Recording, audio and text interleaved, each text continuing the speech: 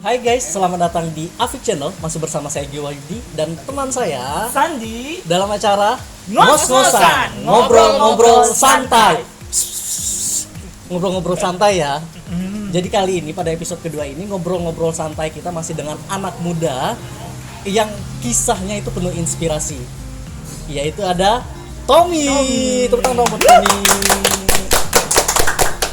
Penasaran kan dengan kisahnya seperti apa? Pokoknya tonton terus sampai akhir di Afik Channel. Tapi sebelumnya Bang, jangan lupa dulu di subscribe, like, comment, and share. Baik, Tommy, aku kan baru kenal nih. ya. Sebelumnya aku juga suka stalking nih IG-nya, gitu-gitu kan Bang. Ya, benar. Jadi stalking IG-nya gitu Bang, lihat Tommy ini seperti apa gitu kan. Karena memang menurut teman-teman itu cukup menginspirasi. Memang menginspirasi. Penasaran nih Bang, kisahnya seperti apa sebenarnya Bang ya. Tommy sekarang umurnya berapa sih kalau boleh tahu? Sekarang 24 tahun, jalan mau ke 25. 25. Ya, masih muda banget. Masih muda ya. banget berarti Bang. Berondong, iya benar berondong. Tahun ini tahun terakhir jadi remaja. Oh gitu ya. Iya, Kalau remaja iya, kan benar, 10 sampai 24 24 tahun. tahun. Tahun ini Benar. terakhir. Jadi Bang masih 24 tahun, jalan 25 udah ada inspirasi dari dia. Penasaran kan Bang? Penasaran banget sih. Penasaran banget ya dengan cerita dari Tommy pada hari ini. Baik, teman-teman Afik Channel, di sini untuk ngos-ngosan kita akan ngobrol-ngobrol santai dengan anak-anak muda yang penuh inspirasi yang mungkin bisa mengangkat kehidupan ceritanya gitu kan. Buat teman-teman di rumah yang mungkin udah down dengan perjalanan hidup, jangan pernah putus asa. Iya. Karena ini salah satu contohnya. Penasaran bisa penyemangat.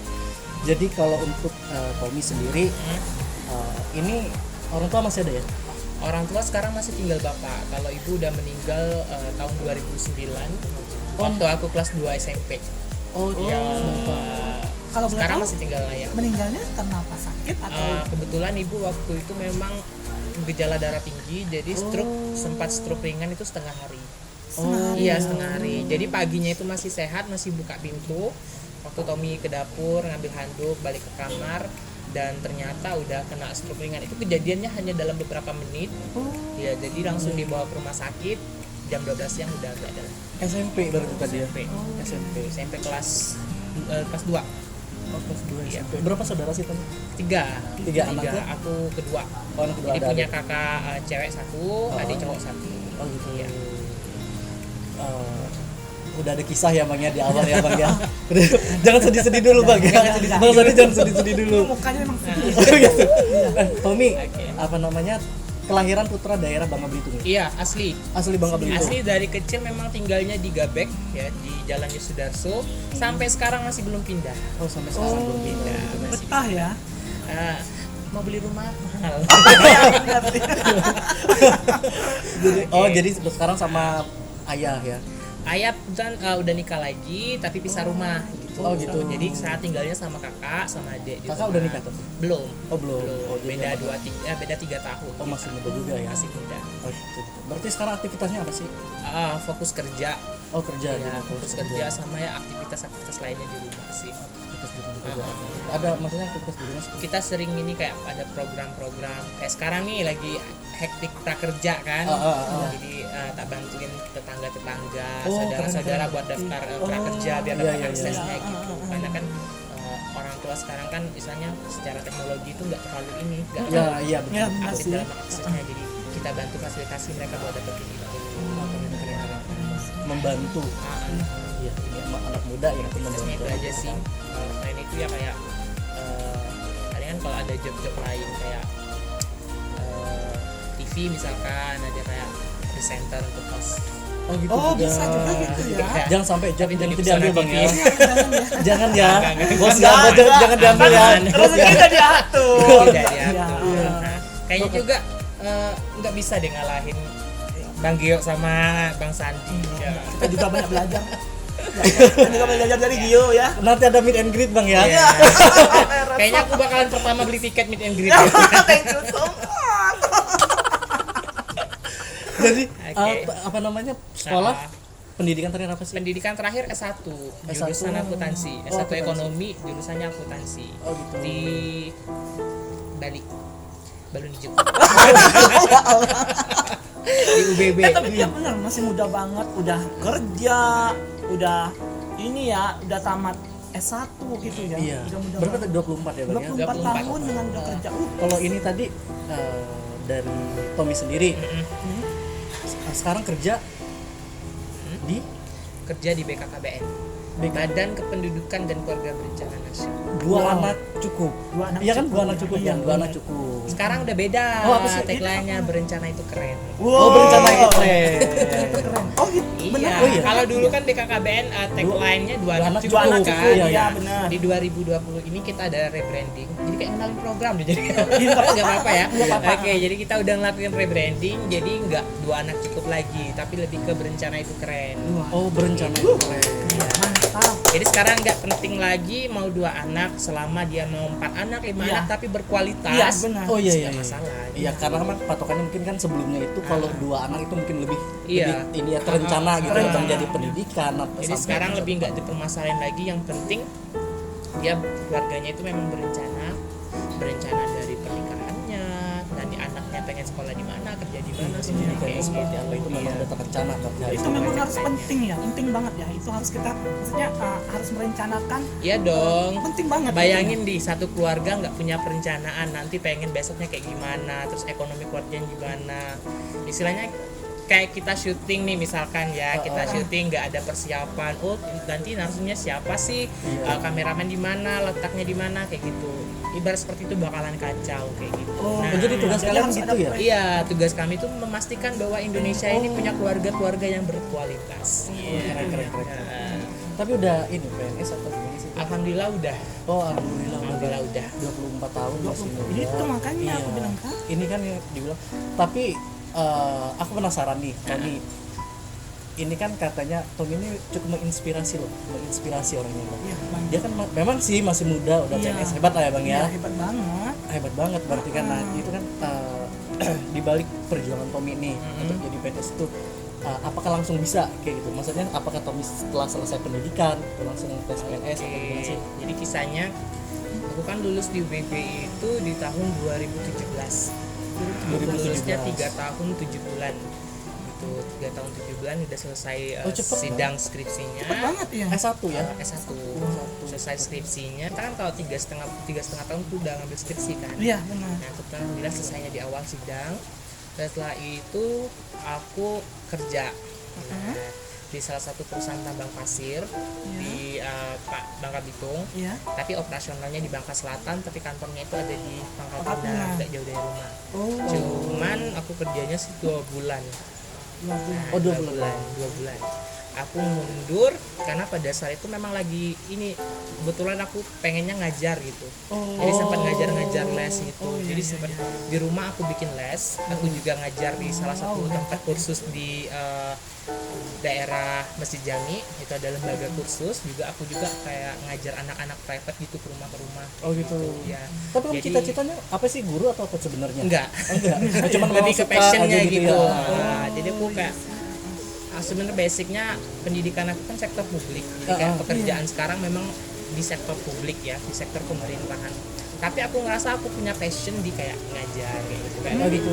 asik aja berbagi sama Iya anak-anak. sih, iya, benar asik sih. Beda. Itu Terus setelah itu aku mutusin untuk ngajar 1 tahun nih, 1 tahun ngajar keliling ke lembaga kursus sama di rumah. Ngerasa bosen kan. Iya, benar sih. Bosen, terus juga aku sempat melamar di Bank Indonesia. Jadi cita-cita aku tuh sebenarnya di Bank Indonesia. Oh, iya, Cita-citanya walaupun sebenarnya di BKKBN itu ceritanya panjang banget. Aku udah dari 2013 gabung di Genre, program generasi berencana itu di bawahnya BKKBN. Jadi udah tahu BKKBN itu di 2013. 2014 jalan, 2015. Nah, dari 2015 sampai ke 2018 itu banyak banget kegiatan-kegiatan yang BKKBN yang aku ikutin. Jadi pas masuk ke BKKBN itu udah nggak terlalu kagok lagi Iya, sama benar. orang-orang di dalamnya, dan nggak terlalu kagok lagi sama apa namanya programnya kayak Iya gitu. sih, Jadi lebih nyaman gitu. Tapi sebelum di BKKBN itu di pertengahan tahun 2018 sebenarnya aku ikut di tes Bank Indonesia. Nah, terus Bank Indonesia yang jalur PCPN. Nah, kebetulan kan kalau PCPN itu dia seleksinya se-Indonesia. Indonesia ya. Lulus di tahap administrasi, kita berangkat ke Jakarta. Waktu itu aku tesnya di UI. Nah, tes di UI itu banyak banget sampai Yang tes? ribuan orang ya. Wow. Jadi tesnya itu ada di beberapa daerah sih. Ada di Sumatera Selatan, di Palembang. Aku milihnya di Jakarta. Ada Oh, yang di milih Bandung, ada yang di Sulawesi, beda-beda. Nah kebetulan aku ngambilnya di UI dengan ribuan orang itu tes pertama. Alhamdulillah lolos. Iya. Jadi aku Oh, iya, balik ke iya. Bangka, pengumuman 2 minggu lolos. Lolos ke berikutnya. Iya. Terus aku berangkat lagi nih buat tes yang kedua, Iya. ya yang ketiga lah hitungannya. Ditambah dengan suara bahasa Inggris yang agak memusingkan kepala. Pada akhirnya ya kayak ketiduran gitu pas di listening. Rasanya banget juga tidur. Jadi ketiduran pas tes, Iya, beneran tidur. beneran kayak Kayak gini nggak kan. sadar gitu ya kayak Mungkin udah- mungkin orang lain ngeliatinnya mikir si Iya, anak ini mikir mikirnya ya. ya kayak sekarang kayak gini gitu. Padahal ketiduran sih sebenarnya. Jadi nggak diisi gitu. Isi di akhir. Oh, jadi kelewat dong soalnya insting, berarti. iya 50 soal. Ya ampun. Paling 10 lah yang ini, yang 10 awal lah ya yang matanya masih bertahan. Udah satu. Jadi hafal ke 50 baru udah selesai listening baru lingkerin aja gitu ya. Cuma ada 1-2 yang nyangkut kan. Pakai sistem itu Iya, ya, hitung kancing hitung ya. kancing. Kemudian baru tes soal yang biasa. Soal yang ngerjain soal juga kayak nggak fokus sih sebenarnya. Kayak Karena memang ngantuk kan nggak fokus. iya, Iya, benar sih. gitu. Mana nggak ada kopi di depan. Iya, itu kira restoran. Iya, hujan tapi ini kan Bang ada kopinya kan. Iya, jadi nggak ini. Akhirnya ya aku udah insting sih, udah feeling sih kayak Oh yaudahlah nah, kayak gitu. udahlah kayak fail gitu kan. Oh. Cuman aku ini tipikal orang yang kayak masih ada keberuntungan deh. Masih berharap Iya, gitu masih ya. berharap Iya. gitu. Istilahnya kayak lu udah tahu salah, udah tahu nggak bakalan dapet, tapi masih ada harapan kayak insya Allah ada mukjizat lah. Bakal gitu. Berarti memang pengen banget dia Iya, jadi ya. karena kayak aku ngerasa di hidupku ini kayak ada sesuatu yang kadang aku ngerasa aku nggak layak dan nggak bisa ngedapetinnya, tapi ternyata kadang dikasih kayak Oh gitu. gitu. Ada faktor lakinya Jadi ada ya. laki faktornya itu yang sering menghampiri ya. Jadi aku kayak optimis gitu dan ternyata fail. Anda tidak diterima. Itu posisinya aku udah nggak punya kerjaan lain kan. Iya, iya. Oke, setelah tes BI masih ada harapan di PNS. Iya. Nah, ceritanya di CPNS. Masuk di CPNS kan lama nih antara jarak kita daftar sama kita tes. Iya, biasanya gitu. Ya, Benar. udah persiapan. Jadi karena gagal di BI kita udah persiapan, latihan segala macam. Nah, kebetulan pas tahun aku itu aku buka ini bantu orang buat daftar PNS. Nah, jadi kan anak-anak muda ini kayak mereka pengen daftar PNS tapi mereka nggak mau ribet dengan Iya, iya. pendaftaran online-nya. Jadi tak bukain. Oh jadi pada- kamu bantu gitu? Iya, jadi aku bukain tahu pas 2018 itu sekitar lebih dari 20 orang sih yang aku Oh, daftarin. daftarin. Iya, dari 20 orang itu yang gagalnya berubah untuk tahap berikutnya. Gagalnya karena ini sih, karena aku prosesnya kebetulan pada saat itu mereka udah registrasi di awal, udah aku bantuin lanjutin registrasinya dan ternyata mereka salah pengisian data di awalnya. Kayak gitu. Makanya aku kayak ngedaftarin itu mendingan aku yang ngerjain Iya dari sih, awal. benar ya. Jadi Bang dia ini baik banget tau. Iya, Udah bantu berjasa dia banget buat orang kerja. lain loh. Ini apa ngedaftarin CPNS gitu Setelah kan. itu tes nih, tes lolos administrasi tes itu awalnya nggak lulus kayak gitu. Jadi passing grade di 2018 itu memang lumayan tinggi kan Iya. passing grade-nya. Kemudian BKKBN ini formasinya ada 3. Itu analis hubungan antar lembaga dan bina lini lapangan, ada analis kepegawaian, dan juga ada pengelola BUMN barang milik negara. Nah, 3 formasi ini kan diperebutkan sama 50 lebih orang. Iya. Nah, ternyata dari yang tes itu yang lulus passing grade untuk SKD-nya itu hanya 1 orang, yaitu di analis kepegawaian. Berarti posisinya yang pengelola BUMN sama analis hubungan Hubalila ini kosong. Nah, aku daftarnya yang di Hubalila gitu. Cuman pada saat SKD udah gagal, it's okay kan, pasti mikirnya ya udahlah, passing grade udah nggak lolos, SKD gagal, tapi hidup mesti berjalan toh. Iya, iya. Jadi balik dari itu aku langsung lamar pekerjaan di Nah, kita di NSS. Aku ngelamar, sebulan kemudian dapat masuk ke sana udah. Dan ternyata karena pada tahun itu banyak formasi yang kosong karena SKJ yang ketinggian Iya, passing iya. grade-nya. Kebijakan dari Menpan RB itu dirubah jadi ranking, sistemnya Oh, ranking, iya, iya, kan. benar. 2018 itu jadi sistem perankingan. Karena jabatan yang di aku lamar itu kosong, Heeh. dilakukan perankingan. Nah, selama perankingan itu kan mesti nunggu informasi dari pusat kan. Nah, kebetulan aku punya kenal sama orang di BKKBN.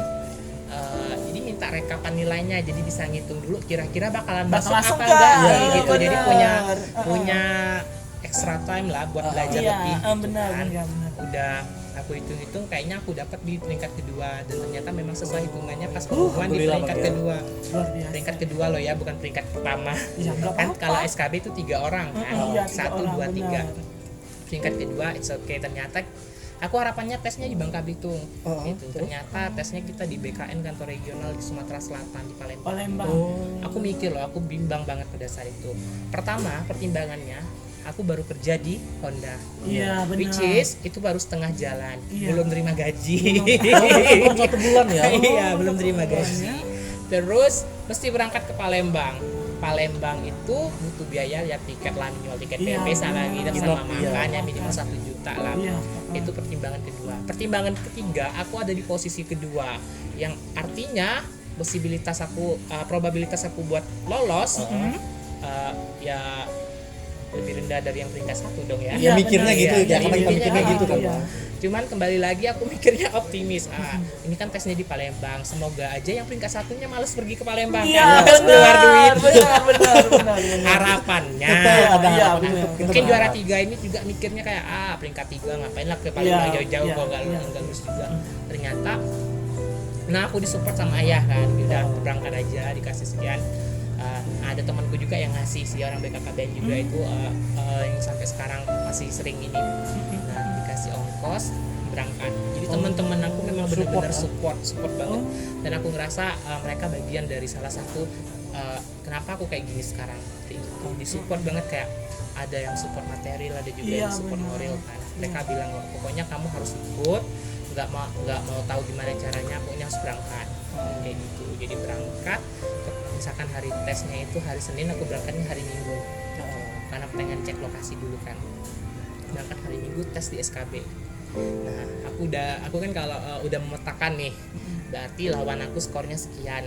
Kalau aku mau ngelebihin dia, harus skornya sekian. Iya, benar. Nah, aku patokan aku nggak fokus ke yang peringkat ketiga. Iya. Peringkat yang Yang pertama, pertama, yang ya. pertama Iya. kayak gitu. Nah, jadi setelah aku ini tes kita hari itu. Tes. Setelah tes, kalau BKKBN ini kan SKB-nya hanya CAT aja kan, Iya, sistemnya nggak ada yang wawancara, nggak ada Iya, yang iya, lain-lain. iya. Jadi skor kamu itu bakalan ketahuan pada saat itu. Tes. Yang namanya tes kan kita nggak boleh bawa handphone atau apapun Iya. kan. Nah, ternyata pada saat itu chat yang masuk itu banyak banget. Karena teman-teman yang ada di provinsi, yang BKKBN, teman-teman BKKBN itu pada live scoring. Wow. Kayak gitu, pada live scoring nyaksiin skor kita itu. Nah, tes, setelah tes, Supportnya luar aku biasa. kan nggak tahu kan, pas aku klik finish itu aku cek skorku ada 305. Ya, skor maksimalnya 500. Alamak, kan aku mikir 305 artinya hanya 61 soal yang aku jawab benar kan, dari 100 soal. Oke, aku mikirnya udahlah kan kayak gitu, cuma 61 soal loh, hanya kayak 60% lah soal yang aku jawab ya benar kayak gitu. Tapi aku lihat di sekelilingku kan banyak gabungan itu. Jadi waktu di Palembang itu satu ruangan itu tesnya ada yang BKKBN Bubble, Kementerian Pertanian, kemudian juga ada beberapa instansi, 5 instansi atau 6 instansi. Jadi satu ruangan itu ada 100, ada 7 orang diantaranya yang BKKBN Bubble. Tapi kalau secara rankingan dia secara umum. Nah, ternyata aku lihat skor aku di dashboardnya itu peringkat kelima dari keseluruhan yang tes pada saat itu dan di BKKBN itu aku peringkat 1. Tapi aku kan nggak tahu nih ya, yang lawan aku itu fokusnya ke lawan aku Iya, kan, benar. yang peringkat Yang peringkat pertama Jadi tadi pas ya. aku cek, samperin langsung kan, bang berapa skor lu bang? Baca 220 kan? Oh my Kata dia kan, Iya. 220 beneran bang, gitu kan? Iya bener 220, karena di SKD nya itu beda rentang nilai aku sama dia 329 aku 321 berarti Oh, beda tipis. bedanya 8 kan. Beda 8 ya. Ternyata pas SKB-nya beda 85 Iya. kayak gitu. Ya. Oh kayak gitu bang, aku santai aja tapi dalam hati kan girang kan. Iya pasti. Pasti kan, ini masalahnya Iya. kalau PNS ini Kalau- udah masa seumur hidup kan. Jadi pas lihat di dashboardnya ternyata memang betul. Dan pas buka WA itu udah banyak banget WA. Jadi orang-orang yang BKKBN itu udah ngucapin selamat. Padahal aku juga nggak tahu posisiku aku Iya. tuh di mana kan. Nah, udah banyak yang ngasih selamanya sampai dosenku yang di UWB Iya. itu nelpon langsung Wow. itu pada saat hari itu. Tapi informasi itu sendiri kalau di lingkungan teman-temanku nggak aku sampein gitu, hanya sama temen deket Gojek satu sama orang tua, sisanya nggak ada aku sampein karena apa ya, kadang ada sesuatu hal yang kita nggak keprediksi. Iya, Iya, benar iya. sih. Takutnya Jadi udah nggak kasih takut tahu. kepedean juga, Iya, benar. tiba-tiba ada sesuatu yang bisa membatalkan kita, malunya itu luar biasa. Iya. Luar biasa. Kayak gitu. Jadi aku tetap merahasiakan itu sampai akhirnya informasi dari BKM keluar. Nah, jadilah sampai sekarang kayak gitu. Jadi di balik itu ada Banyak banget ya yang banyak support lu banget. ya. Alhamdulillah sih ya. Heeh. Di balik walaupun sebenarnya ada juga yang pesimis dengan kita kayak gitu tetap ada. Sebelumnya mau tanya, ada nazar nggak sebelumnya buat itu kalau seandainya dapat gitu? Biasanya kan ada nazar. Ya, biasanya ada nazar gitu. Aku sih masih ada lah ya. Aku Ada kayak ya? bantu Nazar. orang itu ada. Orang tua aku juga punya nazar juga kayak gitu. Jadi masing-masing punya nazar dan alhamdulillah udah aku bayar sih nazarnya. Tapi aku prinsipnya nah aku kan tahun itu aku kayak ngerasa aku udah daftarin yang orang ternyata aku yang dikasih kan Iya. kayak gitu. Jadi tahun depannya nazar aku itu aku pengen daftarin juga punya orang lagi yang Iya, mau daftar iya. PNS itu. Jadi daftarin lagi, alhamdulillah banyak juga yang mau daftar kan, kita bantu fasilitasi daftarnya gitu. Jadi sampai sekarang itu sih. Rezeki buat dia ya, Iya, Bio ya. rezeki Itu aja lagi. udah baik banget, udah Iya. banyak, dan nolongin banyak orang. Banyak orang Banyak. gitu. Intinya kalau kita Udah nolongin sama. orang itu yakin aja deh. Yakin ya, jangan setengah-setengah Nah, ya. Ya mungkin ibaratnya gini loh bang. Jadi saat kita membantu orang, jangan berharap orang kita bantu itu mau Iya. membalas gitu kan. Iya. Ternyata ada Allah yang membalas. Karena Iya, doa, benar. doa mereka itu Iya. Iya, Mungkin benar mereka banget. nggak bisa membantu sebaliknya apa yang telah dilakukan, tapi mereka mendoakan. Mendoakan. Kita doakan ya gini gitu ya. Boleh sambil makan? Iya, boleh, boleh. Iya, soalnya aku lihat tadi matanya yang ngelirik. Iya, Bang, udah ya. ngelirik banget. silakan bang. Iya, jadi malu. Oke. Nah, dari kisah itu, dari Tommy sendiri sekarang, udah puas belum sih dengan pencapaian yang sampai sekarang? Tabiat manusia yang nggak bakalan pernah puas dengan kayak Iya, Iya, benar kalau sih, ditanya pasti. sebenarnya ya. Iya. Tapi setidaknya mensyukuri gitu. Jadi aku ngerasa pencapaian aku sekarang ya udah sampai segini, tapi bukan berarti aku pengen berhenti untuk Iya. berkembang, pengen belajar lagi. Jadi kalau dibilang puas, tapi masih pengen untuk berkembang lebih gitu. Nah, untuk dari Tommy sendiri, ini kan sejak SMP nih. Tadi mama udah nggak ini ya, udah nggak ada. Jadi dari kisahnya prosesnya ini panjang banget kayak gitu. Banget.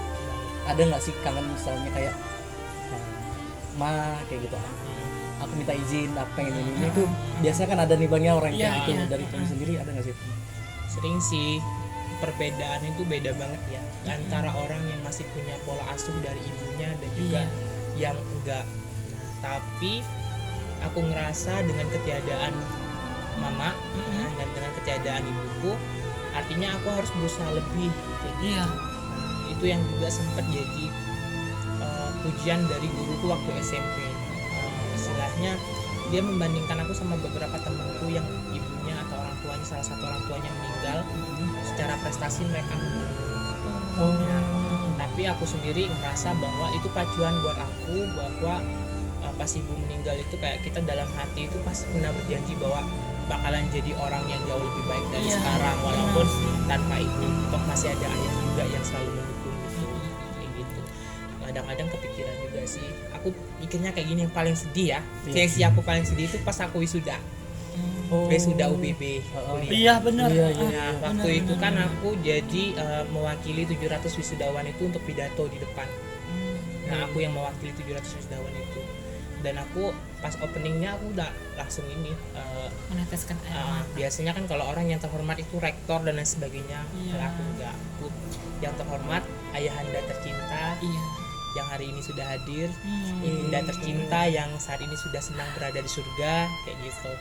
Jadi kayak aku ngerasa titik pencapaian aku yang udah pidato mewakili 700 wisudawan itu kayak emang udah harapan aku lama, dan aku pengen banget sebenarnya ibu aku menyaksikan pas aku lagi di situ Iya, kayak ya. gitu. Tapi kan ibu udah meninggal lama gak, so ya mengalir aja lah Iya. kayak gitu. Tapi aku pengennya kayak di saat itulah aku pengen ngatain nyebutin di depan 700 wisudawan, 1.400 orang tua, 2.000-an orang bahwa ini loh anak kalian kayak gitu, yang Iya. udah kalian didik kayak gitu. Tapi ya insya Allah beliau mendengar lah ya di surga sana. Iya, karena Kayak gitu. dia kan juga ikut mendoakan Bangnya di sana. Iya. Itu sih. Menyaksikan juga sukses anaknya, Iya. itu kan bisa mewakili semuanya gitu ya. Kalau dari semua proses perjalanan, mana sih yang paling berat buat Tommy? Paling berat ya. Kalau aku sih ngerasa memang yang paling berat itu waktu aku awal-awal kehilangan orang tua ya. Iya. Waktu kehilangan ibu awal-awalnya semua orang, tetangga atau saudara-saudara itu pasti kayak ngasih kita sugesti bahwa ya ibu kalian sudah meninggal gitu kan, bisa-bisa kalian jaga diri. Pasti orang nge-framing kayak bahwa kalau ibu yang meninggal, anak itu nggak bakalan keurus Iya. lagi, berbeda dengan bapak meninggal kayak Iya, gitu. benar. Biasa. Tapi kan kita nggak bisa ngambil pendapat orang yang general kayak gitu kan. Jadi kalau aku sih lebih oke, terima aja lah pendapat orang, tapi insya Allah di keluarga aku nggak bakalan kayak gitu. Iya. Nah alhamdulillah sih orang tua masih ini sampai sekarang masih ayah, walaupun beda rumah kita, tapi setiap hari ayah pulang. Masih berhubungan baik sama ayah ya, pasti, tapi ya. pasti. Sama ibu tiri gimana? Biasanya kan aman-aman aja kayak di gitu. sinetron ibu tiri itu kejam Iya, gitu kan. itu juga omongan tetangga kayak gitu. Gitu ya. Iya. Jadi jujur ya, omongan tetangga sama keluarga itu kayak awal-awal ayah aku menikah sama yang baru, kayak gitu mereka memframingnya kayak bahwa ibu tiri itu kayak jahat kayak gitu. Iya, So apapun yang mereka lakukan itu nothing positif gitu, nggak ada Iya. yang positif gitu, selalu Iya, yang negatif. Tapi kita sebagai orang yang berkomunikasi langsung dengan mereka, Iya. kayaknya biasa-biasa aja Iya, sih berbeda ya. dengan apa yang diomongin sama Iya, tetangga. iya. kan. Jadi pengen menyimpulkan bahwa nggak semua ibu tiri Tiri itu itu kejam ya. masih ada mereka yang baik kayak gitu. Iya. Lucunya kalau di keluarga aku ibu tiri kami panggilnya bibi. Bibi ya. Ya. Oh, sampai sekarang Jadi nggak kayak manggil ibu tiriku manggilnya bi. Oh. Nah, jadi dan anak dari ibu tiriku manggil ayahku om. Oh iya. Nah, tapi kami kayak biasa aja gitu, Oh, santai-santai iya. aja. Jadi nggak ada konflik-konflik berarti lah ya, nggak ada kayak di sinetron-sinetron. Iya, iya. Iya, iya, iya. Biasanya kan di sinetron kan ada kan ya. Iya, emberan Kayak bukan lagi. Tapi bawang merah, menerima bawang putih gitu ya. kan. Iya. Dari kakaknya atau adiknya menerima kan. Menerima semuanya Iya. sih. Cuman kak dulu tuh memang ada di proses-proses awal tuh kayak Iya sih. lebih kayak kemakan hasutan sih Iya, ya. iya, Jadi iya. apa yang dibicarain Biasa. orang kayak diterima mentah-mentah gitu. Iya, Kalau aku sih kayak prinsipnya selama nggak ngerasain langsung, Iya. nggak ini pernyataan orang-orang itu nggak Salah benar ya. gitu. Berarti jadi intinya di sini buat teman-teman semua, ini Tommy membuktikan, karena kebanyakan orang saat kehilangan salah satu sosok orang tua, bisa dibilang perkembangan atau entah itu hidup dari anaknya itu akan ada perubahan, lebih ke arah negatif kebanyakan. Iya. Tapi di sini Tommy membuktikan kalau Iya. memang sejak SMP dia udah kehilangan ibu di situ kan, yang dimana kita tahu ibu itu orang yang mungkin dibanding ayah yang lebih terlihat Iya. memberikan kasih sayangnya kepada anak, Iya. melihat Lebih yang namanya bangga. ibu gitu kan, yang lebih peduli. Ayah juga peduli, tapi ibu tuh lebih terlihat gitu, menunjukkan Betul. kepeduliannya, tidak membatasi seorang anak untuk menjadi sukses kayak gitu loh. Mungkin kemarin di awal karir si Tommy pengen di salah satu bank kayak gitu kan, belum Iya. belum jalannya mungkin dari Iya, ternyata rezekinya. di sini Tommy bisa membuktikan kalau dia bisa di BKKBN. BKKBN dari Bank Karen. Yang boleh tuh tepuk tangan buat Rezekinya Tommy. di situ. Luar biasa. Tommy sendiri di usia yang sekarang siapa sih yang menurut Tommy yang paling berharga? Kalau itu sih pasti jawabannya ayah lah ya. Ayah, Kalau sekarang pasti ayah. Tapi ada aku punya satu sahabat yang memang selalu kayak support ketika aku down, aku lagi di atas, aku lagi di bawah, selalu ada gitu, kayak support gitu. Dan aku pengen ngucapin thank you banget buat temen aku yang satu itu ya, yang memang segala bobroknya aku dia yang tahu. Segala kesenangan aku, kalau aku lagi senang atau lagi apa, dia yang pertama kali aku kasih tahu dan lain sebagainya itu. Thank you banget lah kayak gitu. Tapi yang paling berharga tetap ayah kayak gitu. Karena gimana pun ya kayak aku ngerasain sendiri ya, kalau ayah perjuangan seorang ayah itu ngehidupin dia punya 3 anak nih di rumah yang aku kan, kakakku, aku sama adikku, ditambah anak yang istrinya yang juga harus jadi tanggungan baru kan. Berapa itu? Dia anak 3 tapi sudah 2 nikah, tinggal 1 itu 4 yang harus ditanggung. Belum lagi istrinya ada 1, 5 kan. Sedangkan ayahku kerjanya hanya kuli panggul. Dia buruh bongkar muat di pangkal balan. Jadi kayak ada barang datang di pangkal balan, mindahin ke mobil kayak gitu. Kebayang lah gajinya berapa sih, cuman segitu. Kayak gajinya paling berapa juta lah, 2 jutaan gitu. Dengan bagian yang kayak gitu, hidupin berapa anak kayak gitu. Nah itu yang aku pernah sekali waktu itu aku lupa ngapain.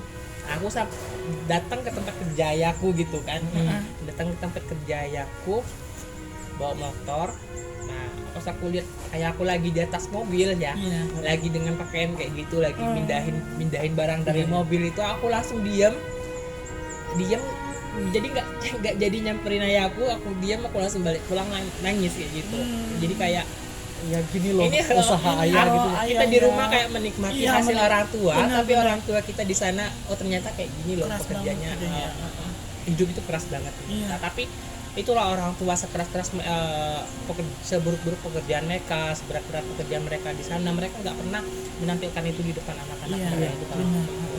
Itu yang aku masih keinget sampai sekarang, kayak itulah kenapa minta duit ke orang tua itu kayaknya berat banget. Iya benar sih, benar-benar tahu, Karena udah tahu tadi. karena udah tahu perjuangannya itu, kerjanya kayak gitu, penghasilan cuma sekian. Sedangkan waktu itu ya aku kuliah, jadi aku dulu SMA itu ada beberapa beasiswa yang aku dapetin, jadi lumayan agak ringan sih ya untuk biaya sekolahnya.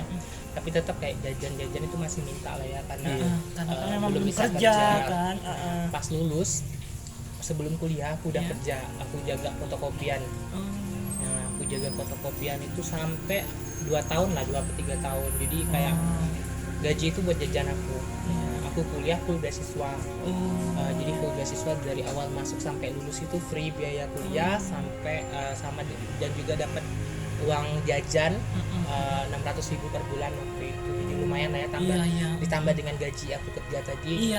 Jadi full 4 tahun aku kuliah nggak minta sama orang tua. Dari mulai biaya kuliah, dari mulai biaya jajan nggak pernah minta, sampai aku kerja berikutnya udah sampai sekarang. Iya, makanya kayak kadang aku udah minta sesuatu sama ayah pasti dikasih kayak gitu, karena memang nggak pernah minta sih, minta biaya sekolahnya. Itu yang aku ini, pokoknya anak kalau udah melihat orang tuanya kerjanya keras nih kayak gimana, baru mereka bisa mikir kayak gitu. Makanya aku sering marah di rumah, kayak misal adek minta uang sama orang tua sekian, aku kayaknya kamu nggak tahu sih orang tua gimana kayak gitu ya. Jadi kayak sebenarnya kayak kita nih ya Bang ya, udah kerja, bahasa sebenarnya kan tanggung jawab kita udah, ya udahlah. Kadang aku juga berpikir kayak gini, lihat ayah yang memang udah gak muda lagi gitu kan, berpikir aduh sebenarnya udah aku loh seharusnya ngasih kehidupan, udah nggak usah kerja lagi kan, sering kan berpikir kayak gitu kan. Apalagi kayak kerjanya berat kayak gitu kan, mungkin sebenarnya aku ya loh yang harus kasih ayah. Udah waktunya kamu istirahat kayak gitu di rumah. Sekarang kita mikirnya kalau kita nggak bisa ngasih, minimal kita nggak minta. Nah itu sekarang kayak gitu kan. Kalau kita nggak ngasih, tapi ya jangan minta lah. Gitu. Nah dari perjalanan kamu dari ini, aku pernah dengar katanya kamu pernah ada kecelakaan gitu ya? Pernah. Itu kecelakaan apa sih? Tabrakan. Tabrakan. Jadi 1 tahun setelah ibu meninggal, tabrakan. Tabrakan itu aku sama berangkat ke sekolah ceritanya SMP masih ya. Oh, SMP. Jadi SMP itu berarti ya? ibu meninggal itu aku kelas 8 SMP. Nah, kecelakaannya kelas 9 SMP. Oh, Kecelakaannya itu sama ayah berdua. sama ayah. oh Jadi diantar kayak ayah gitu ya. diantar ayah pagi-pagi ke sekolah itu di daerah sebelum stadion yang mau ke SMP Kudu. Kita berhenti di pinggir jalan. Lihat di belakang itu nggak ada nggak ada orang gitu. Pas kita mau belok ternyata ada yang ngebut langsung nabrak kayak gitu. Dan untungnya pada saat itu ayah hanya luka-luka. Nah, pada saat itu lumayan parah. Kaki aku yang di sebelah kanan ini patah. Oh, Nah, jadi yang di atas dengkul itu patah. Aku nggak bisa jalan itu sekitar 3 bulan. nggak bisa sama sekali. 1 bulan aku bener-bener di kasur. Jadi aku nggak masuk sekolah itu pun 1 bulan jadi di absensinya. 1 bulan aku di kasur, 2 bulan aku pakai tongkat. Jadi yang lucunya itu ada satu sih dari situ ya. Mungkin teman-teman di sini ada yang aku pernah ngerasain nggak boker 12 hari. Jadi kayak jorok banget ya. Jadi Tapi gimana tuh? benar-benar kayak lu kan Memang nggak ada rasa mau boker atau memang ditahan gitu? pengen tapi ditahannya gimana karena- kaki lagi oh, patah iya, nggak iya, bisa. iya. Mikirnya dulu aduh daripada ini sakit Iya, ya. iya, benar ya. daripada ini sih ya. Jadi aku udah pernah melewati masa itu. Tapi ada efek nggak sih sekarang Apanya? dari kecelakaan itu? Ada, kakiku kayak ini sih jalannya nggak terlalu rata lagi gitu. Oh, Jadi gitu. kalau diperhatiin bener-bener sih Baru memang kayak ini ya. gitu. Cuman Iya. kalau memang sepintas enggak, karena memang sepintas aku lihat enggak bang kan. Iya, Kalau iya. lihat sepintas sih enggak, cuman kalau orang tidak lihat detailnya memang agak ini. Jadi Tapi bagi nah itu sering jadi salah satu bahan bulian orang loh ya. Iya, iya, Jadi iya. bulian orang. Dalam kutipan orang sering bilang aku pincang kan, Iya. sering kayak gitu. Iya. Nah, tapi itu juga jadi salah satu bahan aku pengen memotivasi Iya, orang motivasi lain. orang lain ya. Orang-orang berpikiran bahwa kondisi seperti itu adalah keterbatasan ataupun kekurangan dari kita. iya Nah. betul. Dengan kondisi kaki aku yang nggak rata lagi atau yang istilahnya pincang lah bahasa kasarnya, aku nggak bisa ikutan ini, nggak bisa ikutan itu dan lain sebagainya ya. Banyak banget nih, apalagi kayak bujang dayang. Bener ya? Framing orang di bujang dayang bahwa kalian itu harus kayak gini, secara fisik kalian Iya, harus iya. oke, catwalk kalian harus oke dan lain sebagainya. Tapi aku udah membuktikan bahwa di balik kekurangan ada kelebihan lain yang bisa Benar, kalian benar tonjolin sekali. kayak gitu. Beneran, kondisi kaki aku yang kayak gini, aku udah pernah catwalk di panggung nasional tuh di pemilihan duta genre. Iya. Itu panggung nasional loh Panggung ya, nasional. mewakili Bangka Belitung gitu. Dan aku ngerasa kayak apa namanya bahwa itu keterbatasan, Iya. tapi bukan alasan kamu nggak pengen melakuin sesuatu Iya. gitu. You can break your limits. Iya. Kalian bisa mematahkan Benar. keterbatasan kalian sendiri kayak gitu. So aku pengennya orang nggak memanfaatkan keterbatasan mereka hanya untuk jadi alasan mereka nggak pengen maju. Iya. Iya, kayak gitu. Benar sih. Size badan aku yang istilahnya apa ya? OB ya, obesitas ya. Misalnya di atas rata-rata yang kayak gini. Itu kayaknya impossible banget kalian pengen ikut ajang-ajang pageant kayak gitu. Iya. Aja duta bahasa, Iya. duta genre, duta lingkungan hidup dan lain sebagainya. Tapi itu tadi aku pengen bilang bahwa ada sisi lain yang bisa kalian tonjolkan untuk menutupi kekurangan kalian. Iya. Jadi jangan sampai kalian punya kelebihan, kalian pengen menunjukkan sisi kekurangan kalian mulu gitu. Iya. Jadi nggak Iya. bakalan ikutan Iya, apa-apa betul. gitu. Benar sih.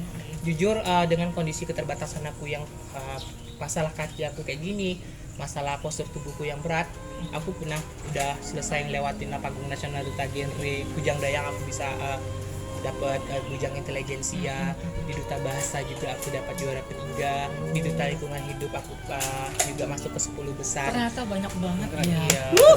Jadi jangan jadikan keterbatasan Iya. kalian itu sebagai untuk mematahkan diri kalian Iya. sendiri gitu. Jadi Tom ada kisah yang memang jatuh, ada yang gagal di situ kan. Iya.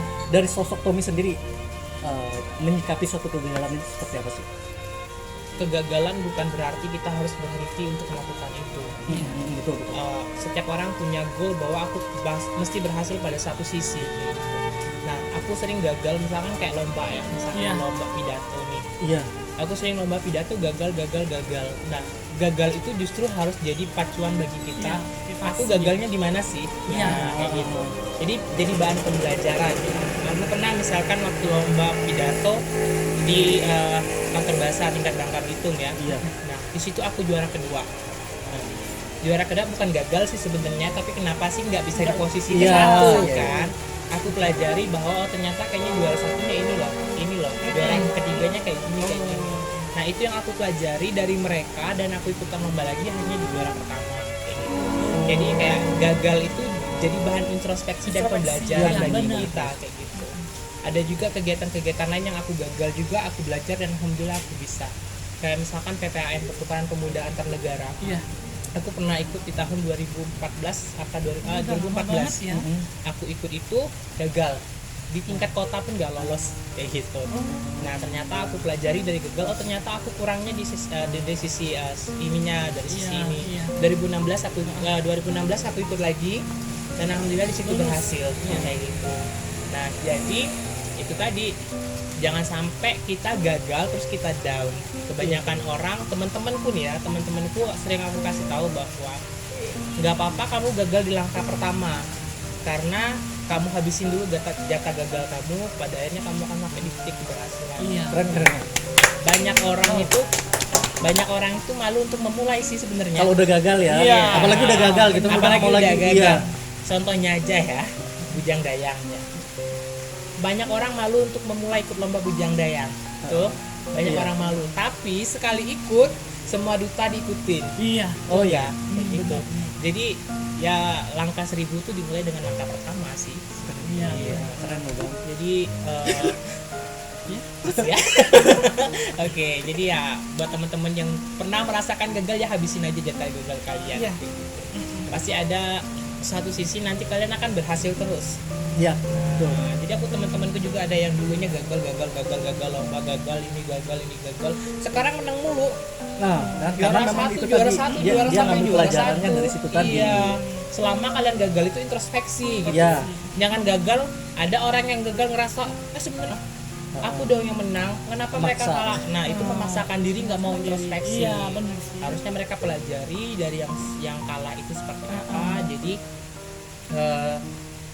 dari yang menang itu seperti apa, oh ternyata mereka menonjolnya di sisi ini, aku harus ngikutin seperti ini. Jadi ada kayak perbandingan lah.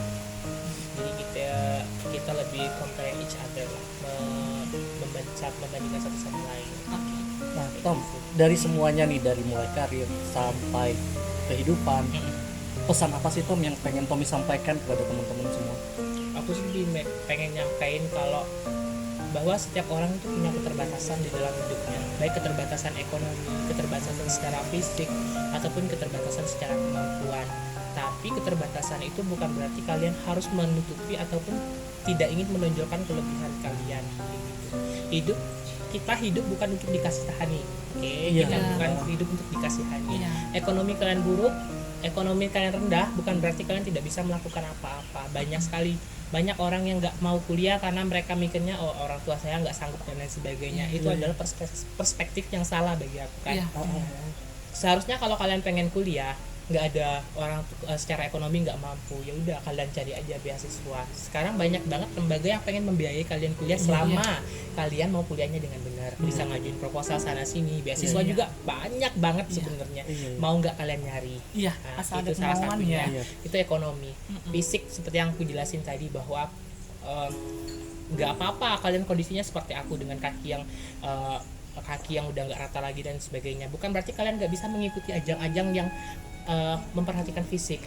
Bahwa sebenarnya walaupun itu fisik itu menjadi salah satu indikator, tetap aja sebenarnya dari penilaian misalkan ada 5 indikator, fisik kan hanya 1/4-nya, Iya. 1/5-nya. Iya. Masih ada 4/5 indikator lain yang bisa kalian maksimalkan kayak gitu. Walaupun kadang kita nggak bisa dapat posisi yang paling baik, tapi itu tadi niat kita untuk mengikuti suatu perlombaan itu bukan untuk memenangkan diri, tapi untuk lebih mengasah keterampilan diri. Jadi jangan ngambil kayak Bujang Dayang, jangan nyari selempannya, jangan Iya, nyari kan? ininya, tapi Iya. cari ilmunya Cari gitu ilmunya. ya. Kemudian juga kayak keterbatasan dari kemampuan. Setiap orang kalau kemampuannya nggak pernah diasah, itu nggak bakalan pernah menjadi lebih baik. misalkan kita ngomong di depan publik nggak akan pernah berani, nggak mungkin kalian ujuk-ujuk lah kita lahir terus langsung berani tampil di atas ribuan orang kayak gitu. Itu dimulai dari ngomong di depan 1 orang, 10 orang, 100 orang, lama-lama kita bisa terbiasa untuk berbicara di depan publik kayak gitu. Jadi kalau keterbatasan kemampuan ya caranya untuk diulang-ulang kayak gitu, jangan pernah malu mencoba kayak gitu. Banyak banget pesannya karena memang ini dari dia sih Bang yang ngambil ini pesan yang dari kisah hidupku ini aku sampaikan.